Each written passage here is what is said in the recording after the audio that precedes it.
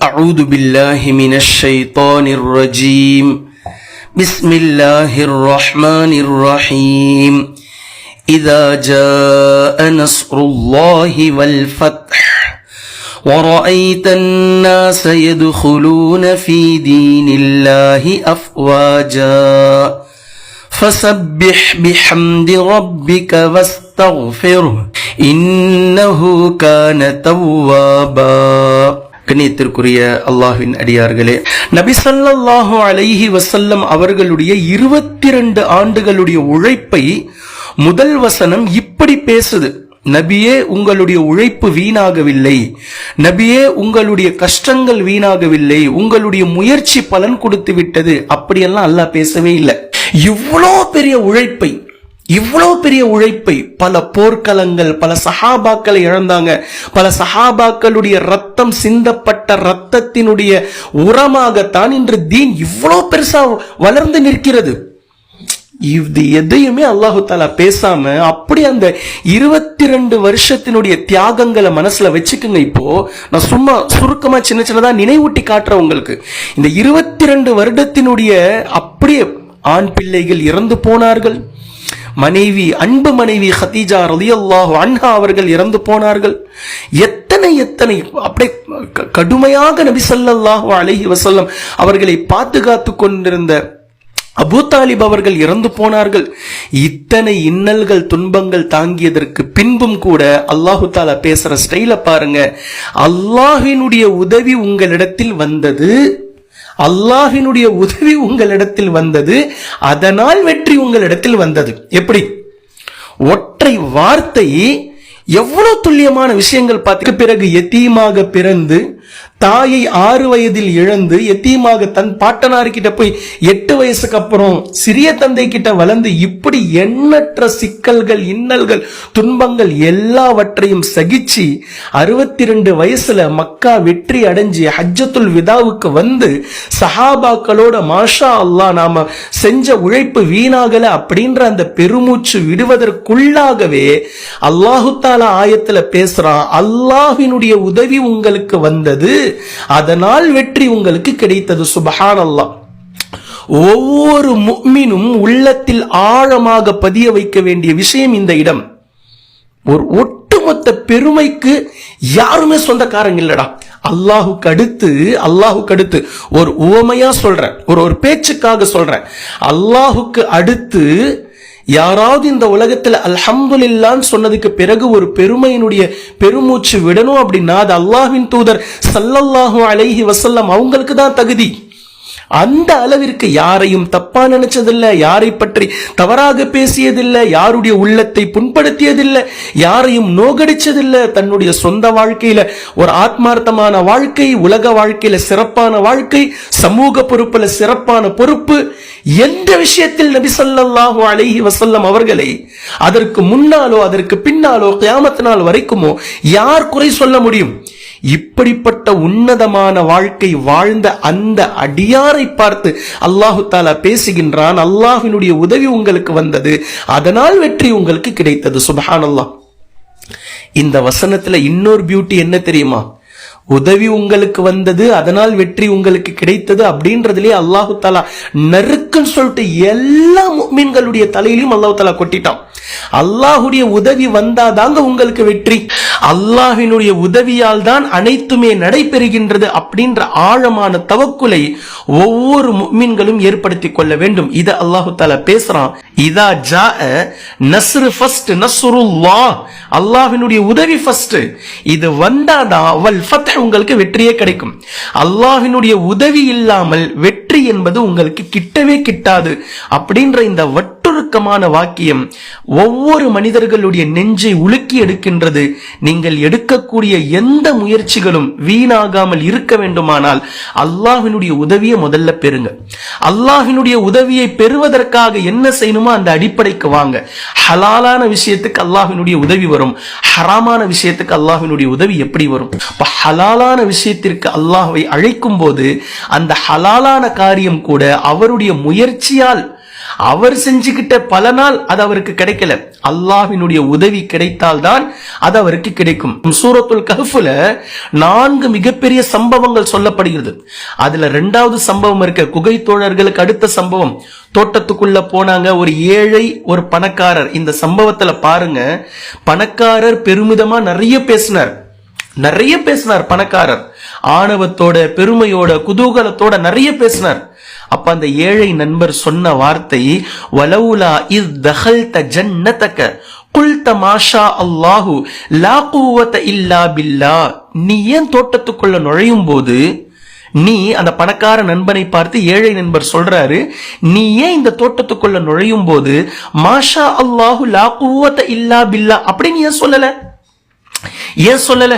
இன்று ஒவ்வொரு நபர்களுக்கும் நாம் இதைத்தான் சொல்கிறோம். பிஸ்மில்லான்னு சொல்லிட்டு நீங்க கடையை திறந்ததுமே நீங்கள் சொல்ல வேண்டிய வார்த்தை சூரத்துல் கஹ்ஃபில் இடம்பெறுகின்றது, மாஷா அல்லாஹு லா குவத இல்லா பில்லாஹ். இது அந்த நண்பர் சொல்றார். அல்லாஹ் தஆலா அதை நமக்கு புரிய வைக்கிறான். அந்த நல்ல நண்பர், ஏழை நண்பர் பணக்காரருக்கு சொல்லி கொடுத்தாரு, உன் தோட்டத்துக்குள் நீ நுழைந்தவுடன் என்ன வார்த்தையை சொல்லி இருக்கணும்? மாஷா அல்லாஹ், அல்லாஹ் நாடியது எனக்கு சொந்தமாக்கி கொடுத்திருக்கிறான். நான் முயற்சி செய்யல, முயற்சி செய்வதற்கு அல்லாஹ் தஆலா எனக்கு சக்தியை கொடுத்தான். ஒருவர் துஆ கேட்கிறார். துஆ கேட்டதற்கு பிறகு அவருடைய மனசுல அந்த துஆவை பற்றிய நம்பிக்கை இல்ல. அங்கலாய்ப்பு, இந்த துஆ ஏற்றுக்கொள்ளப்படுமா, நம்ம கேட்டது கிடைக்குமா, கிடைக்காதா அப்படின்னு சொல்லி நினைக்கிறார். அப்ப அந்த இமாம் இப்படிப்பட்ட மனிதர்களுக்கு உரக்க குரலில், உரத்த நிலையில் சொல்றாரு, நீங்க எப்போ துஆ கேட்டீங்களோ, துஆ கேட்பதற்கான வாய்ப்பை, அவகாசத்தை அல்லாஹ் தானே ஏற்படுத்தி கொடுத்தான். அப்போ நிச்சயமா அதுல கயிறு இல்லாம அல்லாஹ் ஆக்க மாட்டான்ல. அந்த இமாம் சொல்லக்கூடிய அழகான வார்த்தை, அல்லாஹு தஆலா உங்களை அவன்கிட்ட துஆ கேட்க வைத்ததே அல்லாஹ்வினுடைய உதவிதான். நீங்க எப்ப இதை அல்லாஹ் கிட்ட நம்ம முறையிட்டுறலாம், அல்லாஹ் இதை பார்த்துப்பான், அல்லாஹ் இதை நிறைவேற்றுமா, அல்லாஹ்வின் மீது நம்ம நம்பிக்கை வைப்போம் அப்படின்னு சொல்லி இறங்கிட்டீங்களோ, இந்த மனநிலைக்கு உங்களை கொண்டு சென்றதே அல்லாஹ் தான். இந்த உதவியை அல்லாஹ் தஆலா தான் கொடுத்திருக்கிறான். அப்போ துஆ செய்யக்கூடிய மனப்பக்குவத்தை ஏற்படுத்தக்கூடிய ரப்புல் ஆலமீன், நீங்க என்ன துஆ கேட்டீங்களோ அதுவும் அல்லாஹ்வுக்கு தெரியும். எது, எப்போ, எப்படி, எந்த சிறந்ததை தர வேண்டும் என்பதும் அல்லாஹ்வுக்கு தெரியும். நம்பிக்கையை தயவு செஞ்சு இழந்துடாதீங்க. அப்போ இந்த இடத்துல அல்லாஹ் தஆலா சொல்லக்கூடிய மிக முக்கியமான விஷயம், உதவி உங்களுக்கு வந்தது, அதனால் தான் உங்களுக்கு வெற்றி கிடைத்தது. அல்லாஹ்வினுடைய உதவி மட்டும் வராமல் இருந்திருந்தால் வெற்றி உங்களுக்கு சாத்தியமில்லை என்பது இந்த வசனம் புரிய வைக்கிறது. சூரா ஆலு இம்ரான்ல அல்லாஹு தஆலா பேசக்கூடிய மிக அழகான இன்னொரு வாக்கியம், யன்சுருக்குமுல்லாஹு ஃபலா காலிப லக்கும், அல்லாஹ் உங்களுக்கு உதவி செய்து விட்டால். இப்ப பாருங்க, இந்த நபி ஸல்லல்லாஹு அலைஹி வஸல்லம் அவர்களுடைய 23 ஆண்டு காலத்தை அந்த வசனத்துல தூக்கி அப்படியே வச்சு ஜாயின் பண்ணி பாருங்க. அல்லாஹ் உங்களுக்கு உதவி செய்து விட்டால் ஃபலா காலிப லக்கும், உங்களை மிகைப்பவர் இந்த உலகத்துல யாருமே இல்லை. மிகைக்க முடிஞ்சதா நபி அவர்களை? அபூ ஜஹல் இருந்தான், அபூ லஹப் இருந்தான், மிகப்பெரிய படை ரோமாபுரி இருந்தது, பாரசீகம் இருந்தது. எவ்வளவு பெரிய படைகள், 300 பேர் போய் 1000 பேரை அடித்து விட்டு வந்தார்கள். ஹந்தக்ல 12,000 பேர், 14,000 பேர், 16,000 பேர்.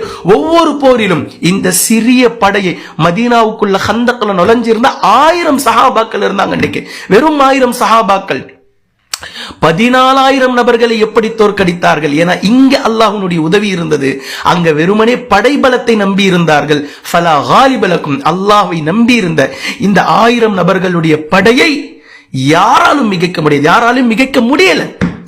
இதுதான் நபி ஸல்லல்லாஹு அலைஹி வஸல்லம் அவர்களுடைய காலத்திற்கு பின்பும் சஹாபாக்களுடைய காலம், ஹலீஃபாக்களுடைய காலம், எவ்வளவு அழகான விஷயங்கள். ஃபலா காலிப லக்கும், யாராலும் மிகைக்க முடியாது. ஏன்? அல்லாஹ்வினுடைய உதவி அங்க வந்துருச்சு. ஒருவேளை அல்லாஹ்வினுடைய உதவி இல்லாமல் அல்லாஹ் உங்களை விட்டு விட்டால், அல்லாஹ்வை தவிர, அல்லாஹுக்கு பின்னால் உங்களுக்கு யார் உதவி செய்ய முடியும்? யாருடைய உதவியை கொண்டு நீங்க மேல வருவீங்க? முடியாது. அல்லாஹ்வினுடைய உதவி என்பது மிக மிக முக்கியம். அல்லாஹ்வினுடைய உதவியை கொண்டுதான் இந்த உலகத்துல ஒவ்வொரு மனிதரும் மூச்சு காற்றை சுவாசிப்பது முதல், குடிக்கக்கூடிய தண்ணீர் முதல், ஒரு விரல் அசைவு, ஒரு சைகை, கண்ணசைவு, ஒட்டு ஒட்டுமொத்தமும் அல்லாஹ்வினுடைய உதவியால் தான் நடக்கின்றது என்ற ஆழமான இந்த நம்பிக்கையை, இந்த தவக்குலை, இந்த அகீதாவை முதலில் மேற்கொள்ள வேண்டும். அல்லாஹு தஆலா இதை நபி ஸல்லல்லாஹு அலைஹி வஸல்லம் அவர்களுடைய 22 ஆண்டுகால கடுமையான உழைப்பிற்கு பின்னால் என்னவெல்லாம் சன்மானங்கள் இந்த தீனுக்கு, இஸ்லாத்திற்கு தரப்பட வேண்டுமோ அத்தனையும் அல்லாஹு தஆலா கொடுத்ததற்கு பின்னால் பேசுறான். இது நீங்களும் உங்களுடைய தோழர்களும் எஃபர்ட் போட்டு சக்தியால இது வந்ததல்ல, அல்லாஹ்வினுடைய உதவியால் வந்தது. எப்படிப்பட்ட வார்த்தை பாருங்க.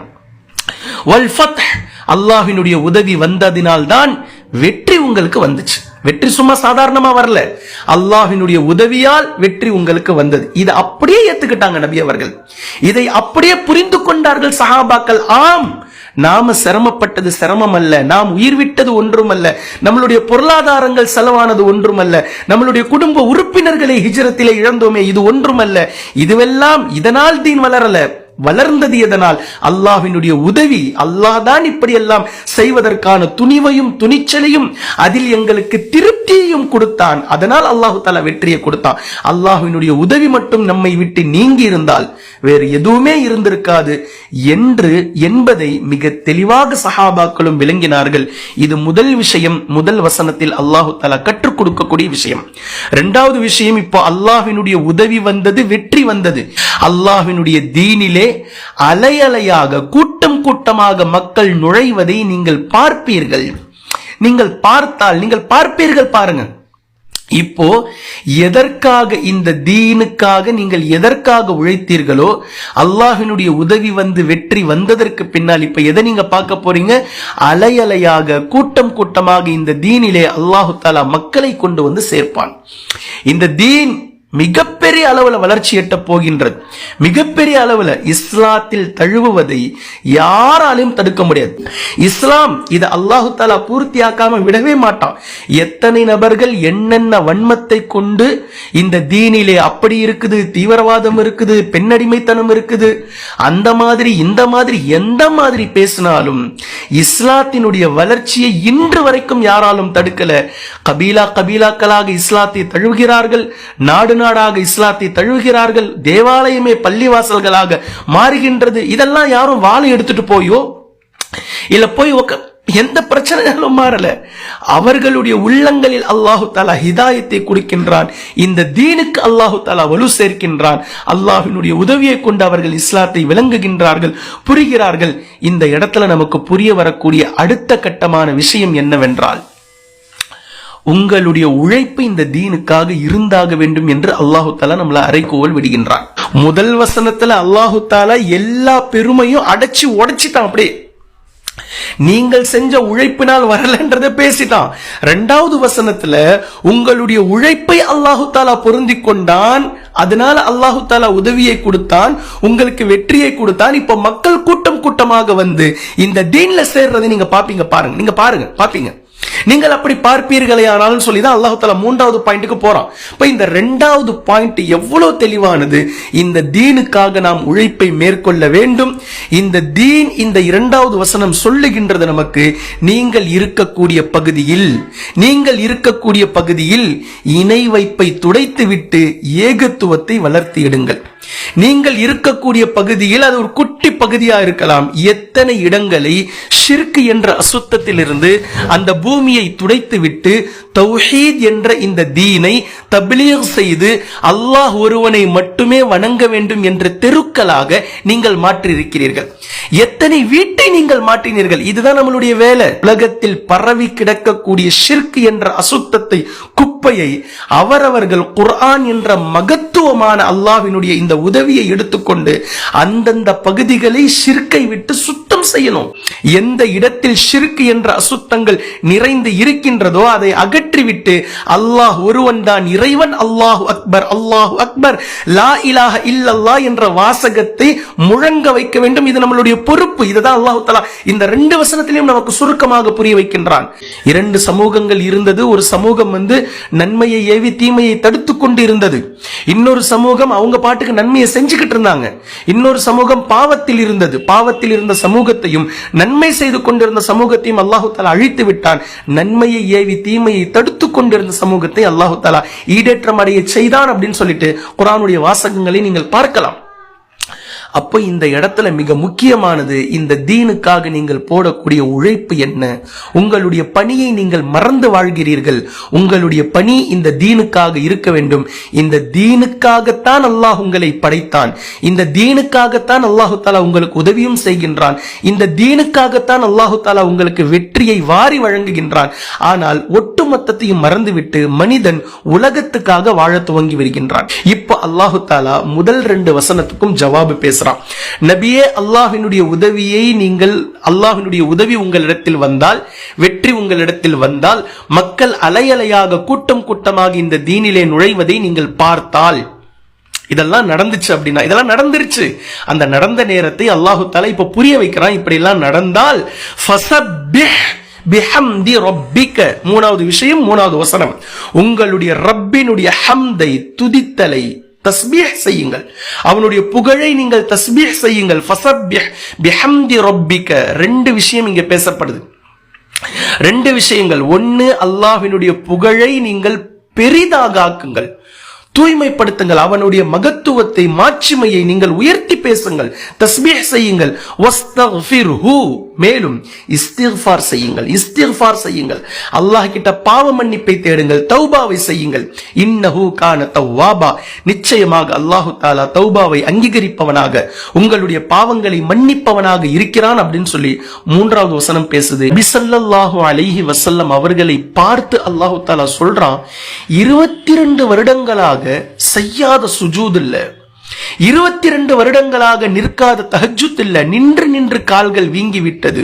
இப்படியெல்லாம் நின்று வணங்கியது போதாது என்று அல்லாஹு தஆலா நபி ஸல்லல்லாஹு அலைஹி வஸல்லம் அவர்களுக்கு மீண்டும் சொல்றான், அல்லாஹ்வை நீங்கள் புகழுங்கள், அல்லாஹ்வை நீங்கள் துதிப்பாடுங்கள். ஏன்னா இவ்வளோ பெரிய வெற்றியை கொடுத்திருக்கிறான், இவ்வளோ தூரத்துக்கு உங்களை கொண்டுட்டு வந்திருக்கிறான். எப்படி இருந்தீங்க நீங்க? எப்படி இருந்தது ஆரம்ப காலம்? உங்களுடைய ஆரம்ப நிலை என்ன? உங்களுக்கு மேல ஒட்டகத்தினுடைய குடல், ஆட்டுக்குடல் தூக்கி வீசப்பட்டுச்சு. தாயிஃபுக்கு நீங்கள் போன போது உங்களை கல்லால தூக்கி அடிச்சாங்க. இன்னைக்கு உங்க முன்னாடி கை கட்டி நிக்கிறாங்க. இன்னைக்கு உங்க முன்னாடி எப்படி வந்து நீங்க என்ன சொல்றீங்களோ அவ்வளவுதான். உயிர் கொடுப்பதற்கு ஒரு கூட்டம், உங்களை வேறு மதத்தை தழுவி இருந்தாலும் வரி கட்டிக்கொண்டு ஜிஸ்யா கட்டக்கூடிய நிலையில் இருக்கக்கூடிய இன்னொரு சாரார், எதிர்ப்பவர்கள் இனி முஹம்மதை எதிர்த்து யாரும் வாழ முடியாது அந்த பூமியில் என்ற நிலைக்கு 22 ஆண்டு காலத்தில் காலத்தினுடைய சுழற்சி, வதில்கல் ஐயாமு நுதாவிலுஹா பைனன் நாஸ், மக்களுக்கு மத்தியில் காலங்களை சுழற்றி சுழற்றி நாம் கொண்டு வருகின்றோம் என்பதற்கு ஏற்ப எப்படி இருந்த காலத்தை எப்படி அல்லாஹு தஆலா மாத்தி கொண்டுட்டு வந்துட்டான் பாத்தீங்களா? இப்ப நீங்கள் செய்ய வேண்டியது என்ன தெரியுமா? ஃபஸப்பிஹ் பிஹம்தி ரப்பிக வஸ்தக்ஃபிர்ஹு. ஒன்று தஸ்பீஹ் செய்யுங்கள், 2வது இஸ்திக்ஃபார், தௌபா செய்யுங்கள், பாவ மன்னிப்பை தேடுங்கள். யாரை பார்த்துங்க பேசப்படுது இந்த வாக்கியம்? நபி ஸல்லல்லாஹு அலைஹி வஸல்லம் அவர்களை விட இந்த உலகத்தில் பெர்ஃபெக்ட் யார்? நபி ஸல்லல்லாஹு அலைஹி வஸல்லம் அவர்களை விட ஈமானில் அதிகமானவர்கள் யார்? நபி ஸல்லல்லாஹு அலைஹி வஸல்லம் அவர்களை விட இறையச்சவாதி இந்த உலகத்தில் யார்? நபி ஸல்லல்லாஹு அலைஹி வஸல்லம் அவர்களை விட தவக்குல் அதிகமாக அல்லாஹ்வின் மீது கொண்டவர் யார்? நபி ஸல்லல்லாஹு அலைஹி வஸல்லம் அவர்களை விட பொறுமைசாலி இந்த உலகத்தில் யார்? நபி ஸல்லல்லாஹு அலைஹி வஸல்லம் அவர்களை விட நீதவான் இந்த உலகத்தில் யார்? நபி ஸல்லல்லாஹு அலைஹி வஸல்லம் அவர்களை விட விட்டுக் கொடுக்கும் மனப்பான்மை அதிகமாக கொண்டவர் யார்? நபி ஸல்லல்லாஹு அலைஹி வஸல்லம் அவர்களை விட இந்த உலகத்தில் எத்தனை நன்மையான காரியங்கள் இருக்கிறதோ அத்தனை நன்மையான காரியங்களிலும் மேலோங்கி நிற்கக்கூடியவர் இந்த உலகத்தில் யார்?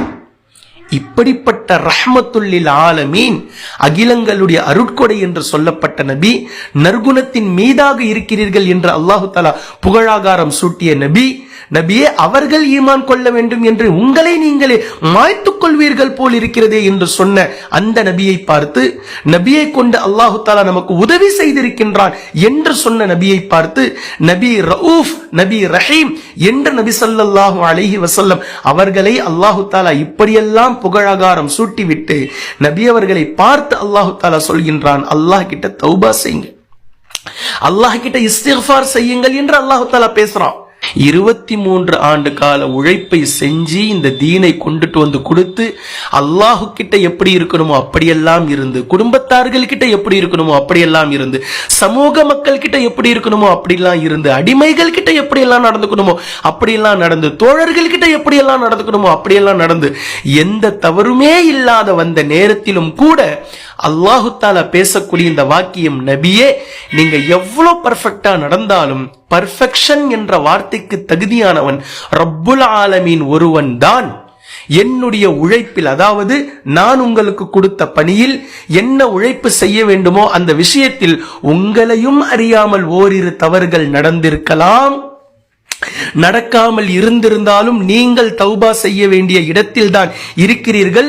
நான் தான் தௌபா செய்யாதவன், நான் மட்டும்தான் உயர்வானவன். நான் யார்கிட்டயும் போய் தௌபா கேட்க வேண்டியதில்லை, நான் யார்கிட்டயும் எக்ஸ்கியூஸ் கேட்க வேண்டியதில்லை, நான் யார்கிட்டயும் போய் மன்னிப்பு கேட்க வேண்டியதில்லை. என்னை தவிர என்னால் படைக்கப்பட்ட நீங்கள் அத்தனை நபர்களும், இனி படைக்க இருக்கின்ற அத்தனை உயிரினங்களும் என்னிடத்தில் இஸ்திக்ஃபார் செய்வதற்கு தகுதியானவர்கள்.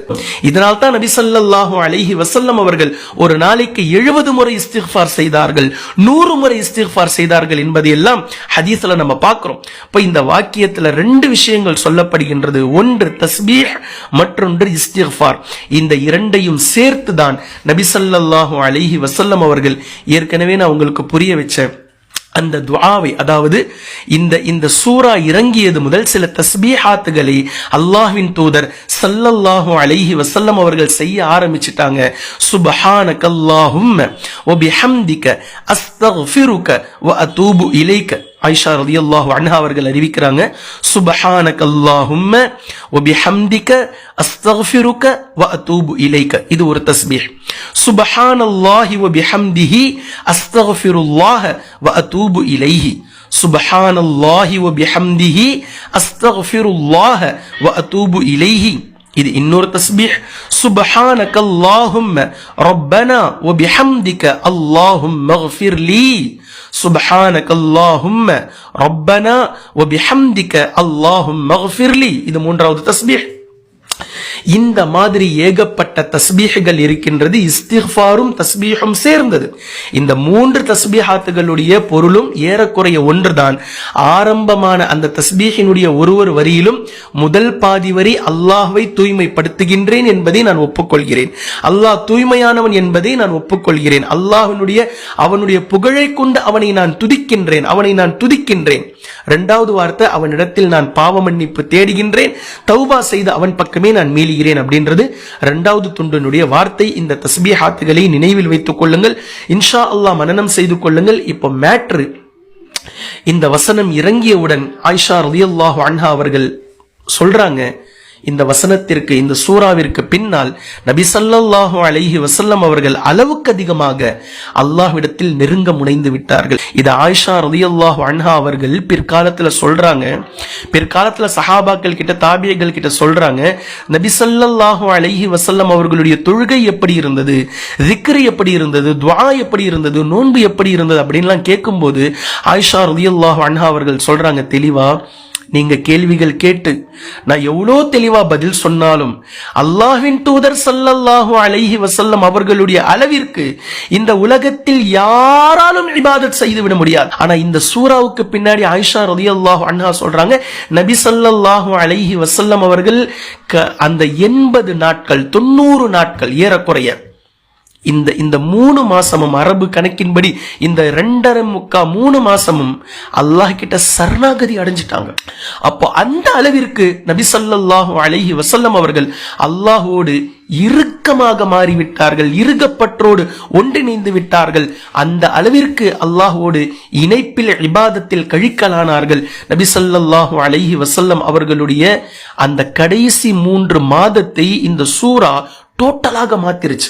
அதுவரை இருந்ததை விட அளவுக்கு அதிகமாக இணைந்து விட்டார்கள். இன்னொரு செய்தி இந்த சூறாவில் மிக நுட்பமான செய்தி என்ன? நபி ஸல்லல்லாஹு அலைஹி வஸல்லம் அவர்கள் இந்த உலகத்தை விட்டு பிரிய போகின்றார்கள். இந்த உலகத்தை விட்டு பிரிய போறாங்க. சோ அல்லாஹு தஆலா இன்டிமேஷன் கொடுக்கிறான், நபியே உங்களுடைய வாழ்நாளினுடைய கடைசி நாட்களை நீங்கள் கழிக்க போகிறீர்கள், என்கிட்ட மீண்டுடுங்க. என் பக்கம் திரும்பி விடுங்கள், என்கிட்ட அளவுக்கு அதிகமாக தஸ்பீஹை கொண்டும் இஸ்திக்ஃபாரை செய்தும் வந்துடுங்க, கூடிய சீக்கிரம் அதிவிரைவில் நீங்கள் முழுமையாக என்னிடத்தில் வரப்போகிறீர்கள் என்ற இந்த தத்துவத்தை அல்லாஹு தஆலா இந்த சூறாவில் வைத்து பேசியிருக்கின்றான். எனவே கண்ணியத்திற்குரிய அல்லாஹ்வின் அடியார்களே, இந்த சூறாவை உருக்கமாக வலுவாக ஓதக்கூடிய அடியார்களுடைய பட்டியலில் அல்லாஹு தஆலா நம்மை சேர்க்கட்டும். இந்த சூறாவை நம்மரைக்கும் கொண்டுட்டு வந்து இந்த சூறாவை ஓதக்கூடிய, இந்த சூறாவினுடைய அர்த்தங்களை விளங்கக்கூடிய, இந்த சூறாவினுடைய தஃப்சீரை புரிந்து கொள்ளக்கூடிய, புரிந்த அளவிற்கு நம்மளால் முடிந்த அளவிற்கு புரிந்து கொள்ளக்கூடிய ஆற்றலை கொடுத்த அந்த ரப்புல் ஆலமீனுக்கே எல்லா புகழும். இவ்வளவுக்கும் அல்லாஹ் நமக்கு உதவி செய்திருக்கிறான். இன்ஷா அல்லாஹ் நமக்கான வெற்றியும் அல்லாஹு தஆலா வழங்குவான். நாம் அவனிடத்தில் சேரும் போதும் சேர்வதற்கு முன்னாலும் அவனை தஸ்பீஹ் செய்து, அவனை புகழ்ந்து, அவனிடத்தில் பாவ மன்னிப்பை தேடி நம்மளுடைய தௌபா அங்கீகரிக்கப்பட்ட நிலையில் அவனை சந்திக்கக்கூடிய பாக்கியத்தை அல்லாஹு தஆலா நமக்கு தருவானாக. அல்ஹம்துலில்லாஹ். சூரத்துன் நஸ்ர் இத்தோடு முடிவடைகின்றது. இன்ஷா அல்லாஹ் அடுத்தடுத்த சூறாக்களை தொடர்ந்து நாம் பார்க்கலாம். குர்ஆனையும் ஹதீஸையும் தெளிவாக விளங்கக்கூடிய நன்மக்களாகவும் அதை நடைமுறைப்படுத்தக்கூடிய மக்களாகவும் அல்லாஹ் நம்மை ஆக்குவானாக. சுப்ஹானக அல்லாஹும்ம பிஹம்திக அஷ்ஹது அல்லா இலாஹ இல்லா அன்த அஸ்தக்ஃபிருக வ அத்தூபு இலைக்.